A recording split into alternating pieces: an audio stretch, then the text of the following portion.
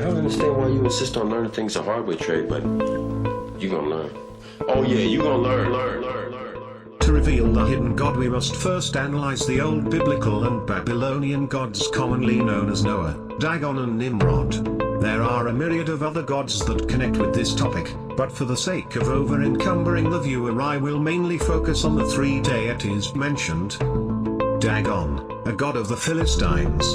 The Etymologicum Magnum says that Dagon was Saturn, others say he was Jupiter, others say Venus, whom the Egyptians worshipped under the form of a fish. The derivation of the name Dagon, as that of a fish god, is from a fish. The Hebrew word Dagon signifies a fish, say the etymologists, from its fertility, and corn from its increase. We add that Dagon may at the same time allude to preservation, as a fish is preserved in the water, to preservation, as corn is preserved in the earth, both in reference to newness of life.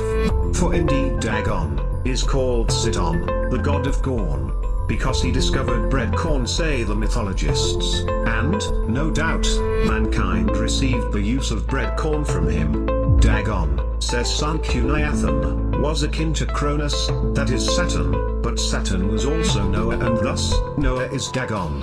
Sanchuniathon also informs us that Dagon, after he had found out bread corn, and the plough, was called Zeus Aerotrios, the god of the plough.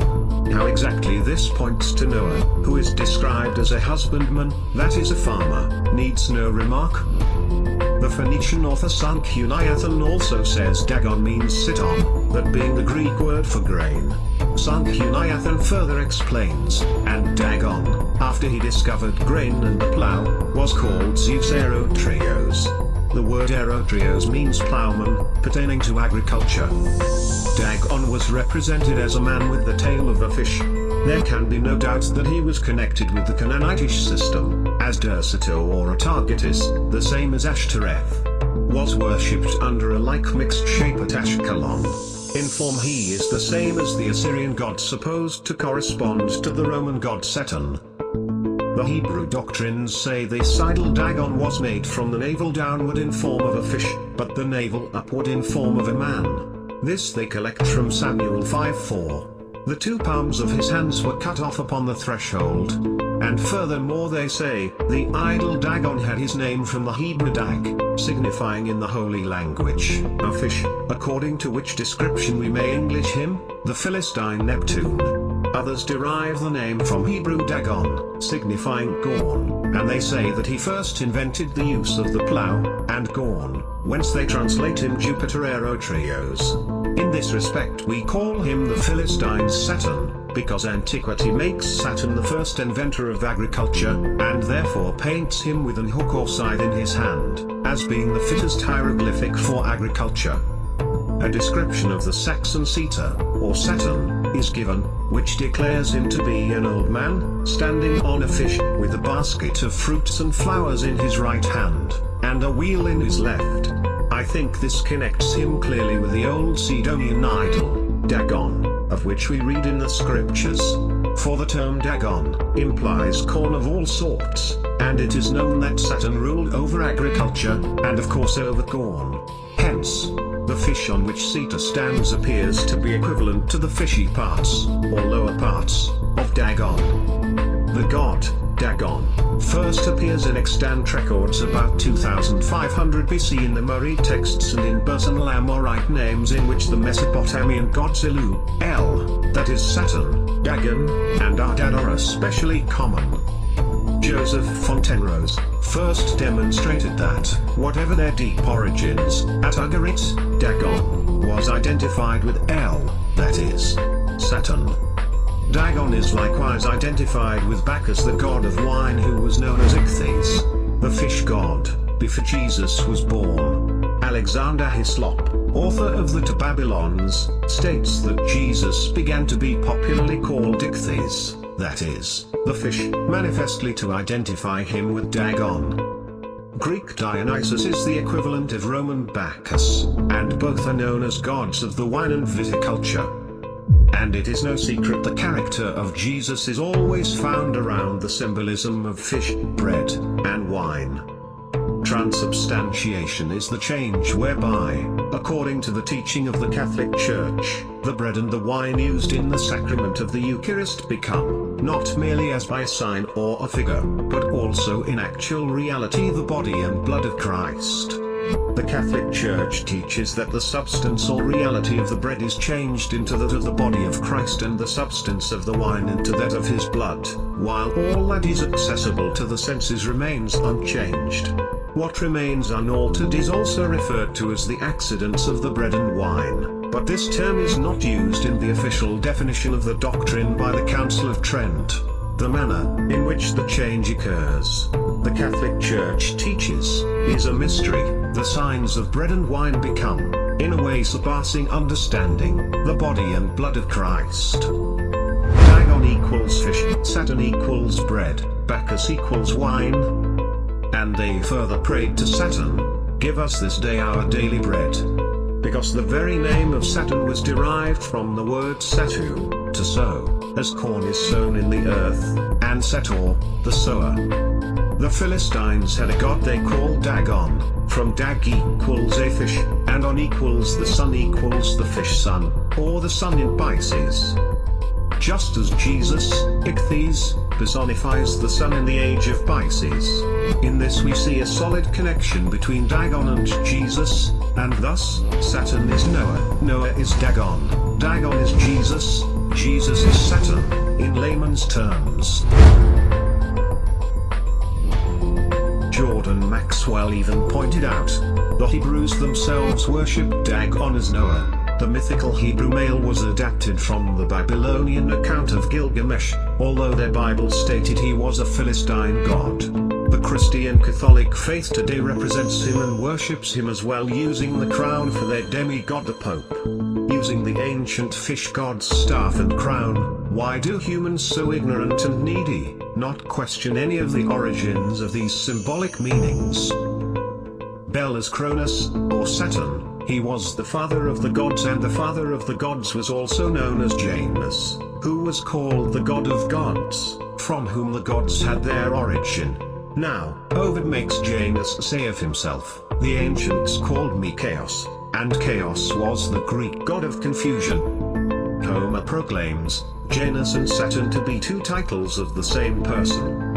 Dagon, the fish god, represents the deity Noah as a manifestation of the same patriarch who had lived so long in the waters of the deluge.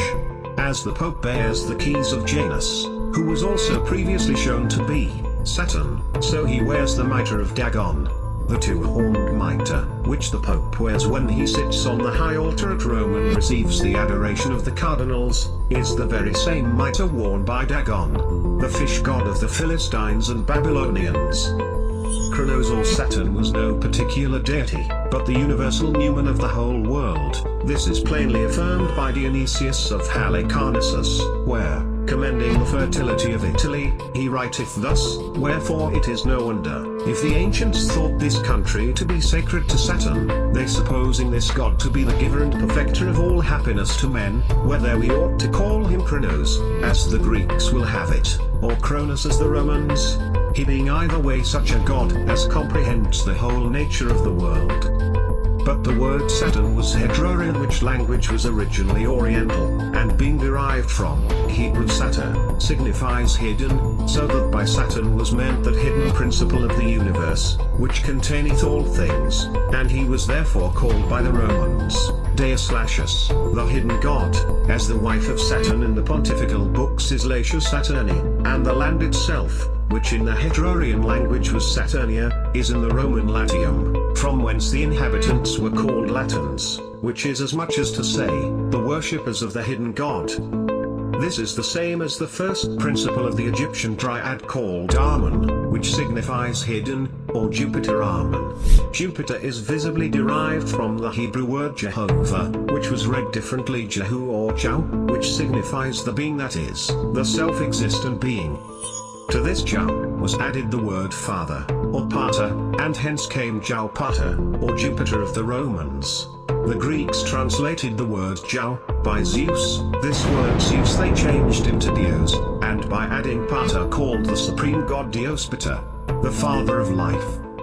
St. Austin himself concludes that according to this Varronian notion of Saturn, likewise, the pagan Jupiter and Saturn were really but one and the same numen. Therefore, we may with good reason affirm that Saturn was another name for the supreme god amongst the pagans. It signifies that secret and hidden power, which comprehends, pervades, and supports the whole world. According to tradition, declares Dr. Hermann Hohe, Saturn, Nimrod, fled from his pursuers to Italy. The Apennine Mountains of Italy were anciently named the Mountains of Nembrod, or Nimrod. Nimrod briefly hid out at the site where Rome was later built. The ancient name of Rome before it was rebuilt in 753 BC was Saturnia, the site of Saturn's, Nimrod's, hiding. There he was found and slain for his crimes.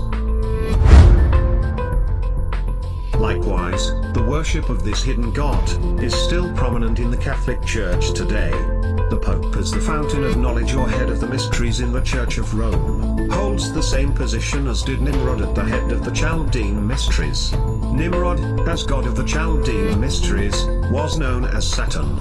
Saturn and mystery are both Chaldean words, and they are correlative terms. As mystery signifies hidden system, so Saturn signified the hidden god. To those who were initiated, the god was revealed, to all else he was hidden. Now, the name Saturn in Chaldee is pronounced Satyr, but consists only of 4 letters, thus stir. By way of gematria, apply the value of the letters in the Hebrew or Chaldee alphabets, and you have the number 666. Let him that has understanding count the number of the beast, for it is the number of man, and his number is 666. It is well known the name Jesus in Greek is Jesus, and Jesus when applied to gematria adds up to 888. However, in basis 9 numerology the name Jesus is worth 666. Likewise, with the character of Jesus being a representation of the sun, it comes as no surprise that Agrippa's magic sun square also adds up to the number 666. Now, it is necessary to mention it is no coincidence that we find Saturn, Jesus and the sun bearing this apocalyptic number, no matter which method of numerology be applied. The chances of finding all 3 names connecting with the number 666 are 1,000,000 to 1. What must be noted here is that the number 666 is a number that directly references the sun or the beast that rises in the east. From the Babylonian standpoint, the god of Babylon and his successor, the Pope, bear the number 666, and the Pope represents the present Saturn at the head of the mystery of iniquity. The original name of Rome was Saturnia, the city of Saturn. It was probably so named by the representative of the mystery of Babylon, who was stationed on Capitol Hill long before the fabled founding of Rome. The Pope, as the head of the mysteries of the Church of Rome, requires the services of the Church of Rome to be in the Latin language, and calls his church the Latin Church. Saturn and Latinos have precisely the same exact meaning. Latin is from the Greek Latinos, which is synonymous with Saturn, and each belong to the hidden one or the god of mystery. Apply the value of the letters in the Greek alphabet and you have Latium, Latinus, the Roman form of the Greek Latinos, and Latio, to lie hid, all alike come from the Chaldean, Lat, which has the same meaning. The name, Lat, or the hidden one, had evidently been given, as well as Saturn, to the great Babylonian god. This is evident from the name of the fish Latus, which was worshipped along with the Egyptian Minerva, in the city of Latopolis in Egypt, now Esna, that fish Latus evidently just being another name for the fish god Dagon. We have seen that Ichthys, or the fish, was one of the names of Bacchus, and the Assyrian goddess Atargatis, with her son Ichthys, is said to have been cast into the lake of Ascalon. If then, the Pope is, as we have seen, the legitimate representative of Saturn, the number of the Pope, as head of the mystery of iniquity, is just 666. But still further, it turns out, as we have seen, that the original name of Rome itself was Saturnia, the city of Saturn. This is vouched to like by Ovid, by Pliny, and by Aurelius Victor. Thus, then the Pope has a double claim to the name and number of the beast. He is the only legitimate representative of the original Saturn at this day in existence, and he reigns in the very city of the Seven Hills where the Roman Saturn formerly reigned, and from his residence in which the whole of Italy was long after called by his name, being commonly named the Saturnian land. But what bearing, it may be said, has this upon the name Latinos, which is commonly believed to be the name of the beast? Much. It proves that the common opinion is thoroughly well-founded. Saturn and Latinos are just synonymous, having precisely the same meaning, and belonging equally to the same god. The observer cannot forget the lines of Virgil, which showed that Latinos, to whom the Romans or Latin race traced back their lineage, was represented with a glory around his head, to show that he was a child of the sun. Thus then, it is evident that, in popular opinion, the original Latinos had occupied the very same position as Saturn did in the Mysteries, who was equally worshipped as the offspring of the sun. Moreover, it is evident that the Romans knew that the name Latinos signified the Hidden One, for their antiquarians invariably affirm that Latium received its name from Saturn, lying hid there, on etymological grounds. Then, even on the testimony of the Romans, Latinos is equivalent to the Hidden One, that is, to Saturn, the god of mystery. While Saturn, therefore, is the name of the beast, and contains the mystic number, Latinos, which contains the same number, is just as peculiar and distinctive an appellation of the same beast. The Pope then, as the head of the beast, is equally Latinos or Saturn, that is, the head of the Babylonian mystery. When, therefore, the Pope requires all his services to be performed in their Latin tongue, that is as much as to say that they must be performed in the language of mystery. When he calls his church the Latin Church, that is equivalent to a declaration that it is the Church of Mystery. Thus then, by this very name of the Pope's own choosing, he has with his own hands written upon the very forehead of his apostate communion its divine apocalyptic designation, Mystery Babylon the Great. The Pope, therefore, undoubtedly bears the number of the beast, or that man of sin. The city of Rome is Saturnia, or the city of Saturn, the hidden god, the god of the mysteries, whom the Pope represents. The Latin Church being the church of the mystery, and the Latin tongue being the language of the mystery, is the reason why the Pope, who bears the number of the mystery, requires the services of the mystery held in the church of the mystery to be conducted in the language of the mystery. And in no way is this secluded to the Roman Catholic Church, as it is no secret that the basis for Christianity and its teachings lay on the foundation of the Roman Catholic Church, and as it has been shown and proved that Saturn masquerades in the guise known as Jesus Christ, the child of the sun, with a glory around his head. Hence, the hidden god Saturn.